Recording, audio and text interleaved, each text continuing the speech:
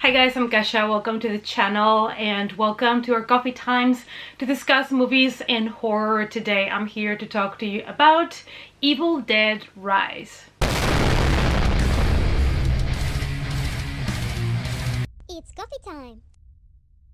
This has been one of my most anticipated movies for 2023 simply because I always thought that the Evil Dead franchise was a lot of fun and I wanted to see a bloodier, gorier version, a little bit more of a serious tone of a film, and this one, based on the information that I had in the trailer, I thought was gonna fulfill that, so I was extremely excited. You guys know that I don't always particularly love too much comedy in my horror, so I was excited to see a take on Evil Dead with less comedy. Today we're going to talk about the movie, as always spoiler free, and I will let you know my final thoughts and if I recommend you guys to go and check it out at the cinema. So let's start. Evil Dead Rise is an American horror movie directed by Lee Cronin. He is an Irish director that, you know, has movies like The Hole in the Ground, which I quite enjoy. I gave that one a 3 out of 5,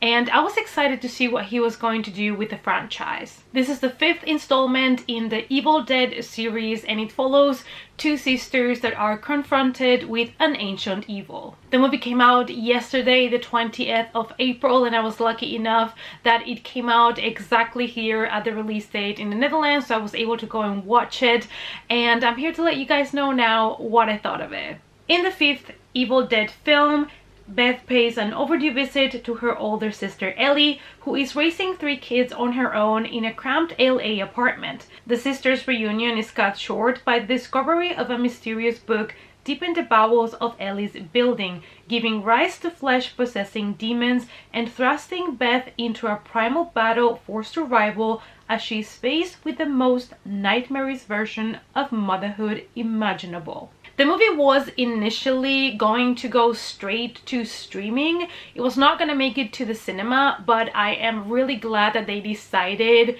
not to do it and that we got a cinema release, a theatrical release, because I feel like this movie deserved it. And nowadays there is a lot of demand for horror movies, so it's always a good investment, especially if it is a well-known franchise like The Evil Dead.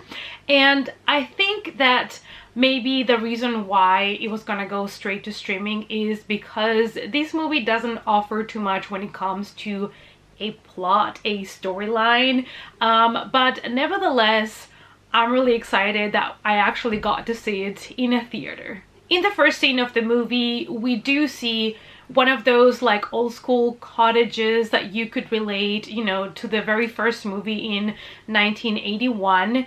But after that, what is different from this Evil Dead film is that it does not take place in an isolated cottage. It takes place in a very old apartment building in LA. This apartment building is about to be demolished, and there is an earthquake that basically unveils a basement, which was an old bank, and one of our main characters finds the Book of the Dead. He's a teenager, he's curious, so he takes the book home and he plays some records and reads a little bit from the book, and we all know what's gonna happen. At least if you've ever seen an Evil Dead movie, you kind of know the drill. The unfortunate victims is obviously his family, you know, his sisters, aunt and mother, plus a couple of the people that live in this apartment building. Beth, that just arrived to visit her sister, just got here on time when all hell broke loose, and now we have a demon that has decided to possess the mother, Ellie, and she's going to be the first one here to be possessed. To make sure that the family has nowhere to run, the elevator doesn't work, there is no working cell phones, and also the stairs of the building are completely collapsed, so they are stuck in basically their own floor in this building with the evil. The acting was solid across the board. Gabrielle Eccles, Morgan Davies, and Nell Fisher were all solid as Bridget, Danny, and Casey. They really portray like more realistic siblings, and They also seem a little bit more well-adjusted than most kids, but they also have their own quirks. We have Bridget that is really obsessed about the environment and protesting. We have Danny that loves music and he aspires to become a DJ. And we have Casey, who is the youngest daughter, and she's basically interested in creating weird stuff, and for that she cuts off dolls' heads. Lily Sullivan was one of my favorites as Beth. I felt like her character was one of the ones that had the most character arc from all of them, the most kind of evolution throughout the film, and I truly enjoyed her and how hard she fought back for survival. But of course, Alyssa Sutherland had also one of the most challenging roles in this film because she plays Ellie, the mother, who is the first one to be possessed. So she's kind of possessed throughout the whole movie, and her performance was amazing. I truly loved this, you know, duo of the sisters. Even though they became enemies quite early on in the film, I really love to see them together. It is not easy to make a movie based on a really well-known and also loved franchise like Evil Dead. So I feel like Lee Cronin did an amazing job at respecting certain things from the franchise, things that we all know, like the book and how this possession works. Like certain things were true to the originals, but then he gave us a more modern take, a more serious, bloodier, gorier take on the story. He also is the first one that moved the movie from the cabin to an apartment building, apart from Army of Darkness, but that is like a whole new world. So I really appreciated that he went for something new and it paid off. There are not too many jump scares, there's only a couple, but they're kind of justified. These are more kind of subtle scares that are being built up slowly, and I feel like he did such a good job at taking, again, a lot of things from the previous installments, but then making something of his own. It was really well shot, and I really love these kind of demon vision shots that we all know from the very beginning of the franchise, the way that he did it. And I feel like he did such a good job with production, and especially the camera angles and shooting from underwater. He gave us so many different perspectives that normally you would not expect in a horror movie. One of my favorite shots was a whole sequence basically that is told from a peephole from the house door. I love that so much. As I was watching it, I was like, I love this, that he just took the peephole and gave us a whole sequence here, like a bunch of scenes through it, and it just was fantastic to see that he was taking so many risks with the camera. I also appreciated the tone of the film. This is not a comedy horror like Evil Dead 2 or Army of Darkness. I feel like the first one still kind of had a little bit more of a serious tone, but I love that he went for a full-on horrifying film, serious. Of course, there is the occasional joke here or there, or the occasional line that it's funny, or a horror moment, horror kill that it's funny, but this is not a horror comedy. I can appreciate this so much, especially after watching The Pope's Exorcist, because that movie tried to be funny and it didn't work for me, and this movie kind of effortlessly like had some lines that were funny without really stepping into the horror comedy subgenre. So I was really pleased with it. There is also a kind of reimagining of the book, and it has like teeth on the side, almost like a Venus clasp, and there is a mention in the film that there are 3 different books. So that is an explanation of why the book looks different, and I really liked it. I thought it was really cute, you know, to have the teeth on the side, and I really appreciated all the pages, the detail of the images in the book. It was just absolutely fantastic. When it comes to the horror, now these particular installments of the Evil Dead franchise was very different from the other ones. Even though the 2013 Evil Dead kind of remake, even though that one was very bloody, this one tops that. Like, there is blood and gore galore throughout the whole movie from beginning to end.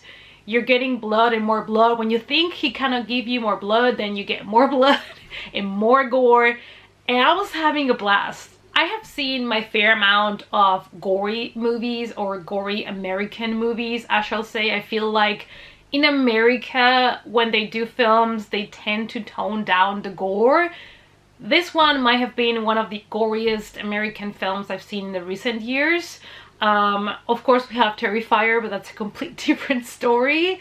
So I was really pleased to see that they really went there and took some risks. There are some things that you have seen in the trailer that I was really excited to see in the film, but apart from that, there is so much more. The movie was really well shot. I was mostly amazed by the fact that the film was dark, and yet I could see everything clearly. So maybe some directors should have a conversation with DP Dave Garbert to figure out how to make their shots visible. It was truly breathtaking. Even though there are many scenes shot in the dark, you could see everything creeping in so clearly. And as I've mentioned before, I really love the shots that involve the peephole in the apartment door. I thought those were absolute genius. The makeup in this movie and the special effects when it comes to the gore were absolutely fantastic, on point. One of my favorite things is the makeup on the possessed. I felt like, especially at the beginning with Ellie, she's the first one that is possessed, and you can see clearly with her a progression, how her body is decaying. When a body is possessed by this ancient demon, it eats it from the inside, and so it makes sense that you're progressively getting worse and worse. Now, with the other Evil Dead movies, a lot of the times, like, the character was basically just turned like that, and it would be like complete phase, everything would be completely turned. And in this movie, they take their sweet time to kind of progress this decay. There are, of course, many Easter eggs from the other Evil Dead movies. We do not have kind of like a tree raping scene, but there is something similar to that.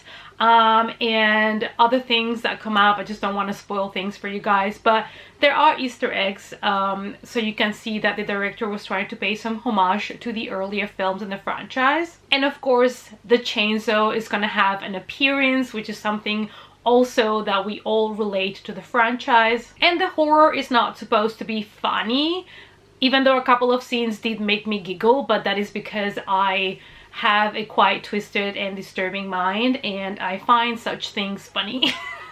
But I could see a lot of the reactions of the audience in the theater, and I can let you know that they were really uncomfortable with certain scenes, and the horror was very effective. The horror also had basically no break. Like, the movie is horror from beginning to end, and when Ellie gets possessed, there is no stop. Like, there is no moment to really stop for a while and investigate, or a moment to stop and spend some time with the characters while they're trying to figure out what to do.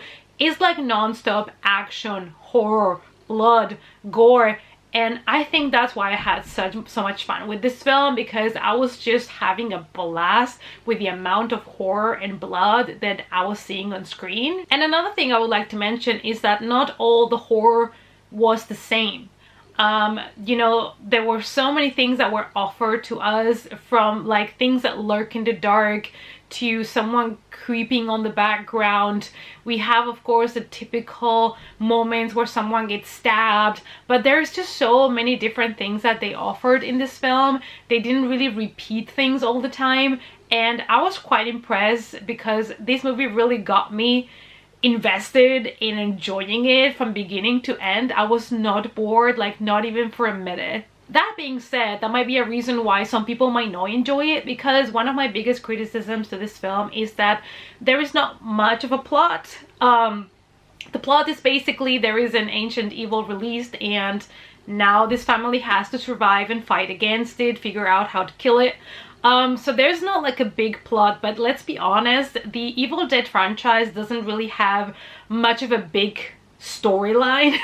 It's always been quite basic. I feel like the only time where they have really tried to build a serious story was in the remake in 2013, because we had a drug addict that was possessed, and they were trying to kind of make more of a theme, like more of a statement with it. But apart from that, you know, the plot, the storyline of these movies has not been really something that mattered.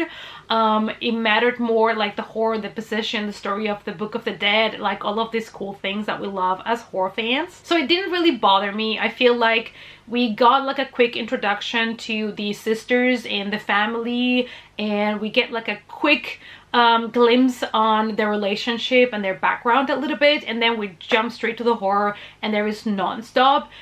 And honestly, it didn't bother me, but I can understand why for some people, A, they might feel like this movie has not a proper developed story, and B, maybe it's too much gore and blood for a lot of people as well. In my opinion, Evil Dead Rise is a very solid new installment in the franchise, written and directed by Lee Cronin, and I ended up giving this one a 4 out of 5. This has been one of my favorites this year, just purely because I had a blast. I had a lot of fun. I thought the horror was fantastic. The gore was great. And that is what I went to this movie to see. For me, for myself, that's what I wanted to see, and that's what I got. The director puts its own spin to the story, and it takes things from the original, but he also makes his own new thing. So much so that it is not needed for you to have watched any of the other installment in the franchise to watch and enjoy this one. So if you've never seen any Evil Dead movies, you can just go and watch this one. At the end of the day, these movies are basically possession movies. We have a demon possessing someone, and I felt like as a possession story, this one raised a really high bar. I'm really looking forward to a sequel, because there is kind of like a setup at the end that makes us believe there's gonna be a sequel, and I would be really happy if that would happen, and I would be really excited to see what else Lee Cronin has to offer us. Alright guys, I hope that you enjoyed the spoiler-free review. From my opinion, I recommend you to go and watch it. It doesn't matter if you're familiar with the franchise or not. I would still recommend you to go and watch it and have a lot of fun, unless you don't really like a lot of blood and gore, then maybe this should be a pass for you. Thank you guys as always so much for watching, and I hope to see you all in our next coffee time. Bye!